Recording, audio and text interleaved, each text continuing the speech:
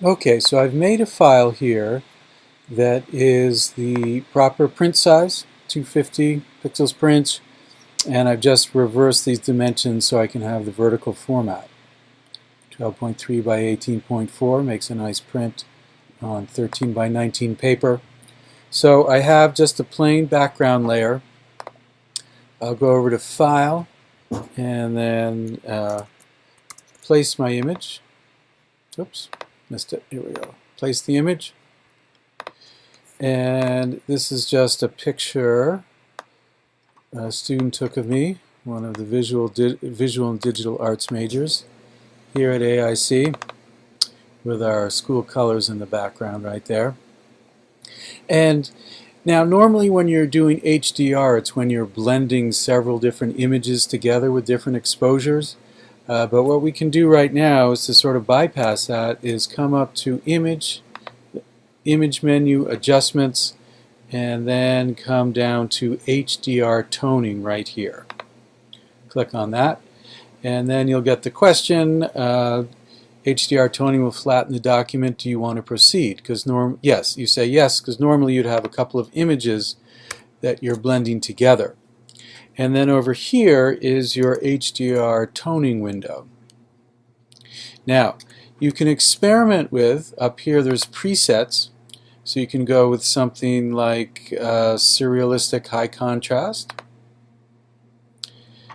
which looks like that. Make sure you have the preview button checked right here, because if that's not checked, you won't see the result of what you're experimenting with. Or you can do with monochromatic, or you can go with monochromatic high contrast, or monochromatic artistic. So anyway, I invite you to experiment with some of these presets. But if we're back with the default, just all these settings over here give you a sense of all the adjustments you can make to get the exact vision of what you'd like. So if I increase the strength right here, it starts sharpening the image a little bit. I can increase the radius, just so I'm starting to get a little more of that sort of intensity, that look of the HDR intensity that I'm after. You know, exposure is referring to sort of the overall brightness of the image. You can play with gamma in terms of some of the grays, but detail right here, if you start cranking up that detail, you might start getting it towards the effect you want. You know, there's very far, you can see the contrast gets very intense, but it's right over here in detail that you can start getting some of that look that you're after. You know, and you can always come back and play with the strength again, reducing some of that contrast. So anyway, that is starting to get very unappealing, so I'm not going to go there. Now, I really kind of like what happened with my face right here.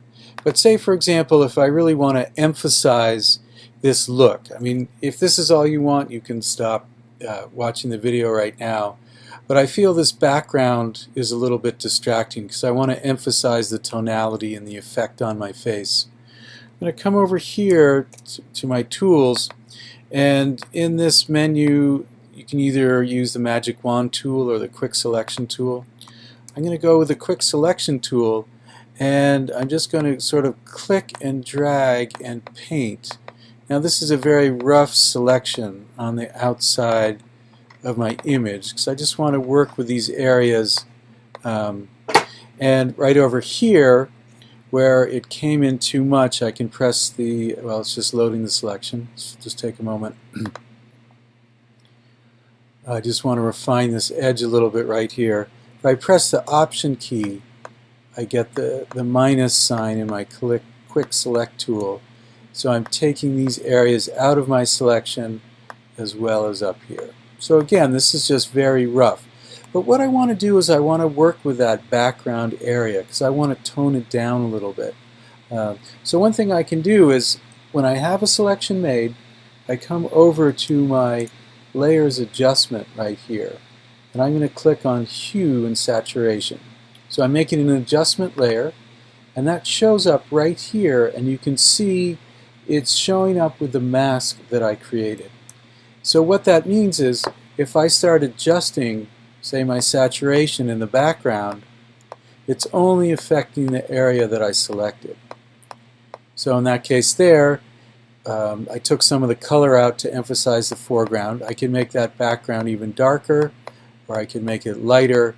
Or if I pull up the saturation, bring some of the color back, I can adjust the hue to sort of change those colors in the background into a direction I might want to, that works.